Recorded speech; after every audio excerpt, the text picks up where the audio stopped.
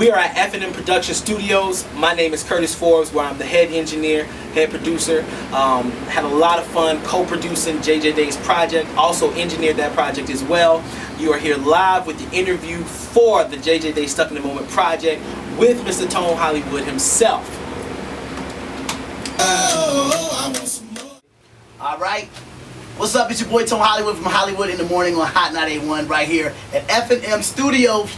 Doing it real big. I have the South Carolina Music Awards R&B Male Artist of the Year. I know you thought it was me, but it's not. It's my man right here, JJ Dae. What's up, brother? JJ Dae, what's going on, Tone, man? All right, man. All right. We're going to talk about your newest project, man. Tell everybody what it is first and foremost. Man, my newest project is called Stuck in the Moment. It's actually my first project. I've came out with it like a legitimate project. It's acoustic bound, acoustic right here. This is O, my baby. But anyways, yeah, it was fun. It was a fun project, man. It was stressful, but it was so fun at the same time. I think I could kind of feel the stress. I had a lot of emotions on this CD. A lot of emotions. Man. There was a point where I wanted to call my ex-baby mama, you know what I'm saying? There was a point where I wanted to go to the strip club. There was a point where I twerked a little bit. Oh, wow. You know what I'm saying? I twerked a little bit. So there's a lot of emotions going on with the CD. Is that what you were going for? We're trying to just hit everybody with it that likes R&B, that likes rap, that likes different type of music. And see what it was, the reason why I ended up, because I went through a bunch of names, but after I got to listening to the whole CD, the reason why I called it Stuck in the Moment is because there's every moment that you get stuck in. Like, you got so many people that be like, man, I'm feeling like some love stuff. And I'm gonna go listen to Michael Bublé or Brian McKnight. Oh man, I'm feeling a little bit trill. I'm about to go listen to whoever trill. Oh man, I'm listening to something. I need something sad. I need something happy. I'm not listening to Pharrell. All that's on one CD. You don't have to go nowhere. You don't have to go nowhere else. I actually did a little experiment where I gave the track to somebody, and it came out to where every song was their favorite. It was just the mood they was in, you know. And I called the next day, and it was like, oh, I like this song. This is my favorite right now, and I could guess the mood they were in, but just by the song. And that's why it's called Stuck in the Moment. It was, I know it's really a smarty, like smart, intelligent thing, over the top kind of thing, but that's how I looked at it. I looked at it psychologically. I wanted to invade people's moods and their moments to where this is an everyday CD. This is not just a club CD, right. Not something you just have to, it's an everyday CD, you know?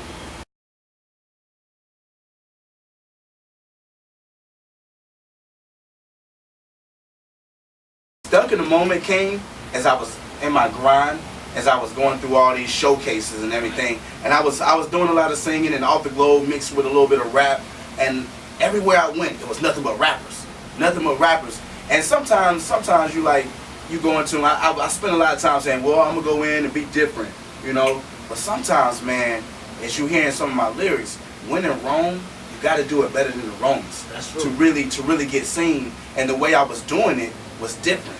I was already different. I didn't have to just go into a rapping environment and sing just to be different. I was different because I had a guitar. So I invented a song because I was going through a lot, man. A lot of people was respecting what I was doing, but they wasn't supporting what I was doing.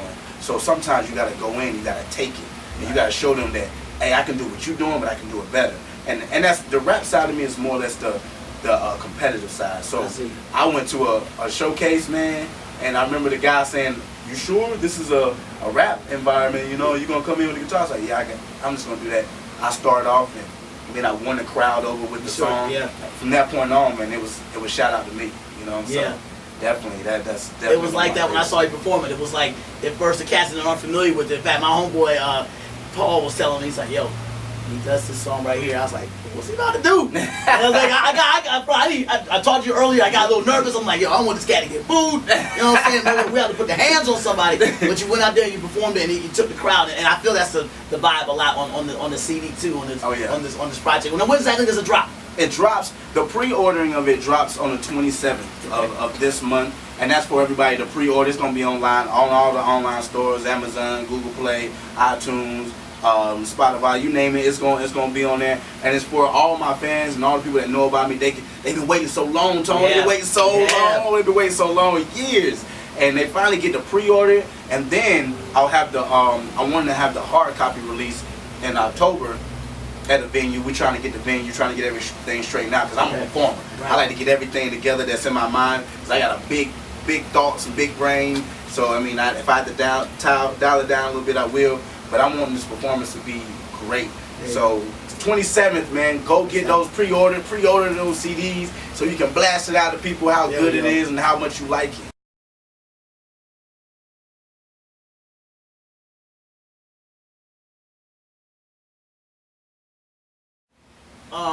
We're gonna talk about some of the tracks on there that I made some cliff notes. You know what I'm saying?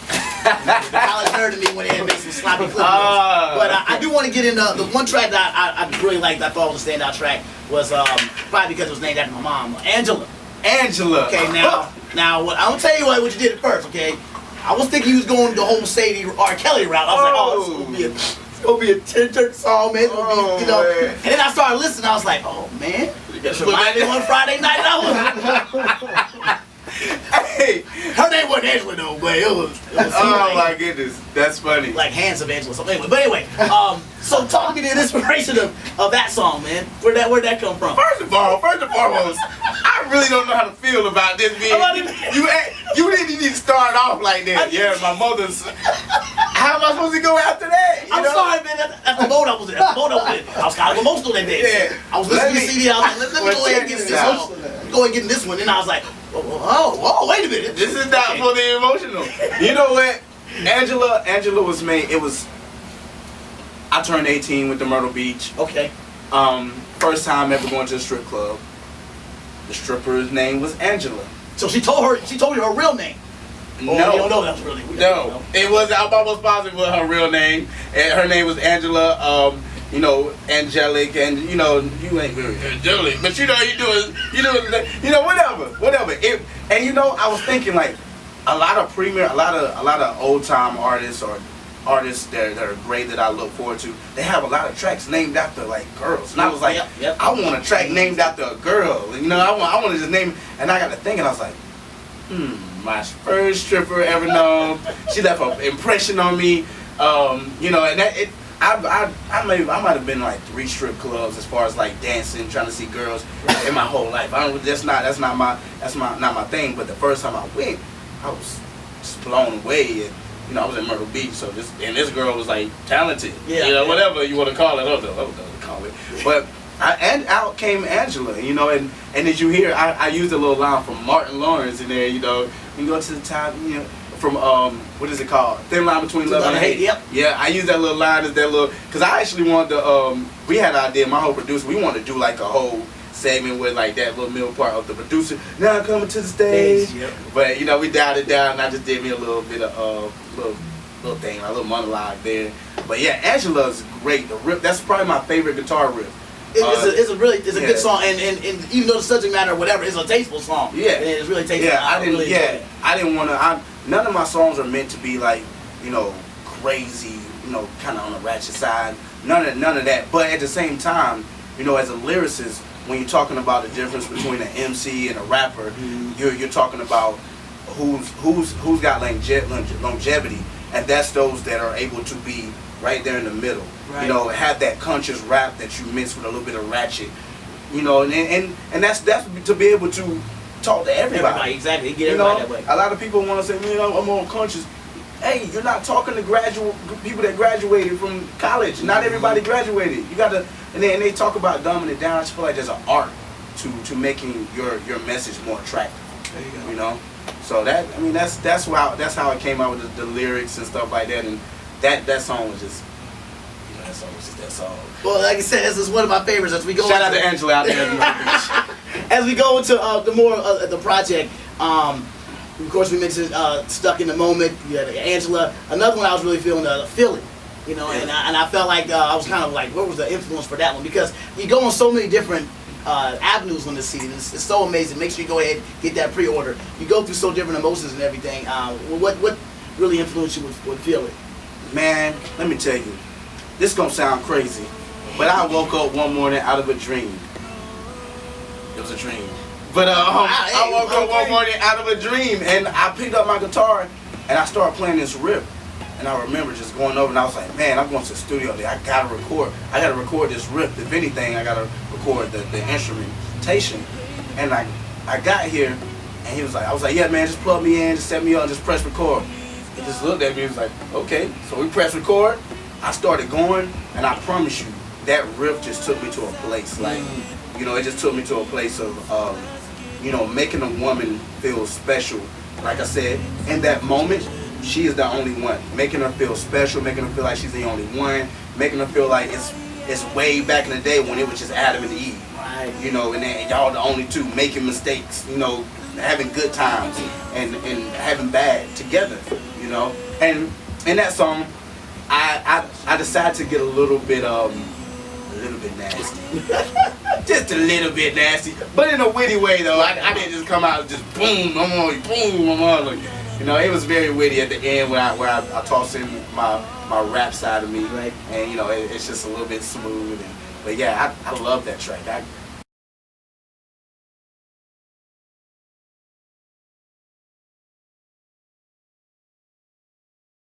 And what happened. Once again, we're talking about your project, man. And first of all, I thank you for even giving me an opportunity to listen to it before everybody else did, man. And yeah. It's really a great emotional CD. Like I said, it goes through a whole bunch of different routes and different venues in it. You rap on it, you sing on it, you play the guitar on it. You also got some special guests that are on the CD as well. Who's some of the other artists you've worked with on this project? Oh yes, man, from the range was, I didn't, and as you notice, I didn't collaborate with a bunch. I didn't have a lot of collaborators. It was a perfect mix, especially for your introduction. Exactly. So I made sure this, but I used a lot of that sounds. Like for instance, on Sex, Drugs, and Dubstep, I have an artist called Rodrice Cardell. Phenomenal sound. He has this mix between the Dream and the Weekend kind of thing. He adds his own originality to it. So I was like, I gotta put him in there. You know, I can hear that sound, and that's what I really like about myself. I'm able to hear stuff. I don't just put stuff people on there if they're not good. You know, if they don't fit the mode of the song. And then Bring Me the Money. Bring Me the Money is where I have the most features. I have this artist by the name of Melody Mills, and she has this old time feel to her voice, you know, that makes the song epic, you know. So it's talking about a pole without a stripper, but the way she's saying it just brings you in. And then at the end, we take you there. We take you with the pole and the stripper with this rap artist who you've seen and heard. His name is Young Prince. Yep. Yeah, great flow to him. I mean, he just murders the beat, and he lets you know he murders the beat in the song. Yeah, he does. And I'm like, yeah, you did. That's my favorite part of the song. And you know, I had Love Lachey on It's Over. And that's the track that a lot of people, when they hear it, they're like, oh man, you sound like Ye in this track. You know, it sounds like something Ye would do. But in that track, I knew she's a powerful singer. And I was like, I'm just gonna let her loose. You know, I don't really want her to say no words. I just want her to just go ham the whole song, man. And there's a change up that we won't talk about. I don't know, the din, din, din, din, you know, that little church change up. Right. Y'all, you have to listen to it for yourself. Yeah, you gotta pay for that. So you need to hear what's going on. Yeah. But Love Lachey, she was definitely one on the project, and her voice is blue and just she killed it. And Nivea was did some background vocals for me on We Good Now. She was the girl on that did a lot of the background vocals for me. And man, that was it. That was it, man. Besides my band that came in, Louis Myers and Daniel Collins came in, and we did a lot of stuff live. It was beautiful, man. How it all came together, and for them, that short notice. Some of it was short notice. We add stuff, take stuff, and we just go in here and get it. And then on City of the Fallen, the cello, Stephen Chen, 17 years old. Well, he's 17 years old when he did it then. He's probably like 18 now, but he's Asian. But you know, you know how they do, man. They just good at that stuff, man. Yeah.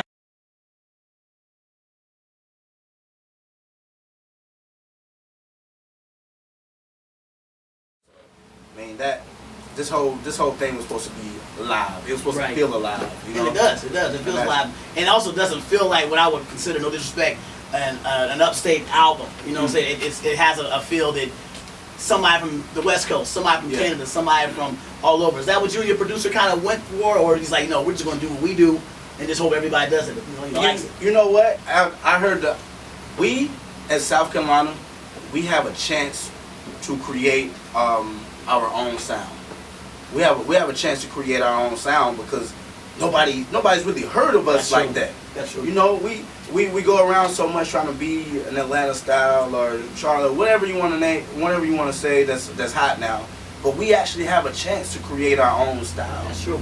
And I don't think we take advantage of that. I don't think enough people tell somebody, hey, you sounding like him. I think you got a style of your own that we can recreate or create. And not enough rappers or other singers collaborate with songwriters enough. That's true. You know, they don't understand how the majors are doing it. They don't write a lot of their stuff. You know, there's a lot of songwriters getting together and they might be in on the process, but there's a lot of heads that go into this song. Instead of just one head thinking that hook is what it needs to be, when you can collaborate with people and make it something bigger. And that's what I did with my producer, my engineer. I mean, luckily I do have a talent to be able to create lyricism and sound, but he helped me out a lot on that. And there's a poem on there. Did you hear the poem? Moody Black. Oh my gosh. Yeah. I heard Moody Black poem. It's like an introduction. Like if I was going to come out to a fight or something, yes, that's what I would. Every time I wake up, I can listen to that track, and it's like, I'm ready. I'm ready now. He just slaughters it, man. He just came in. I mean, I'm like, yeah, this is how I want it. This is how I want it. And I look at it, and I'm like, you Moody Black. Just go in there and do it. You know, just go in there and do it. You Moody Black. Go ahead and do it. And he kills it.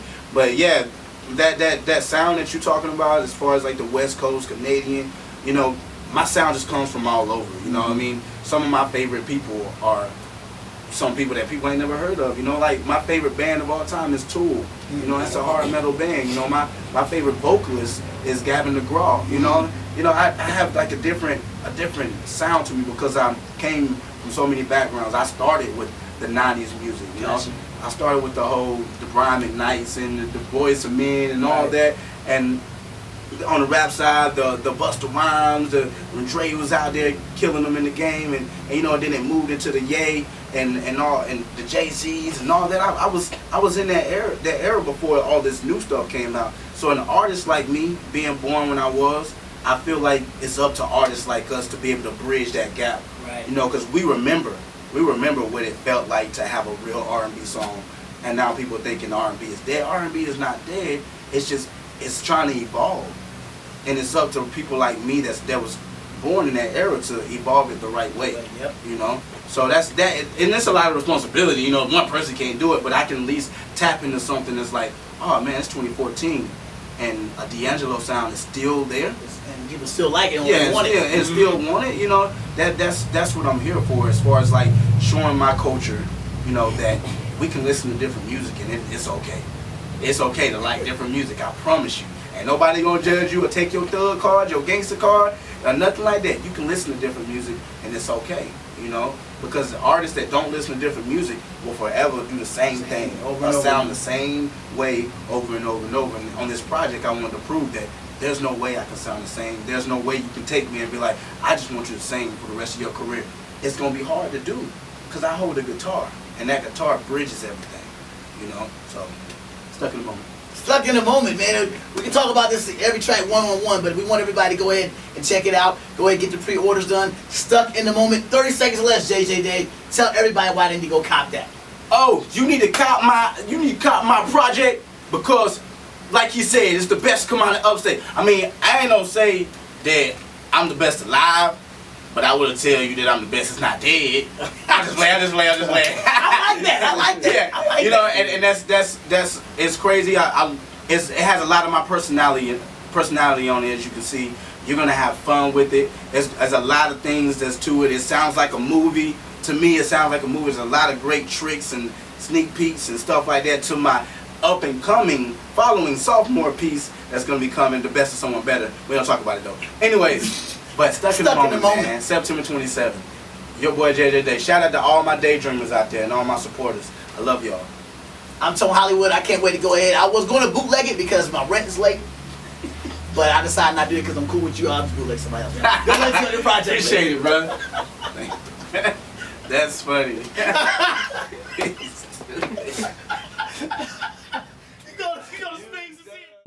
Just that guy, guitar in the studio. Might wear a chain to set the tone. I get a little tense when I'm in my zone. Girls yell out, I love that song. So wake up in the morning to girls putting on clothes.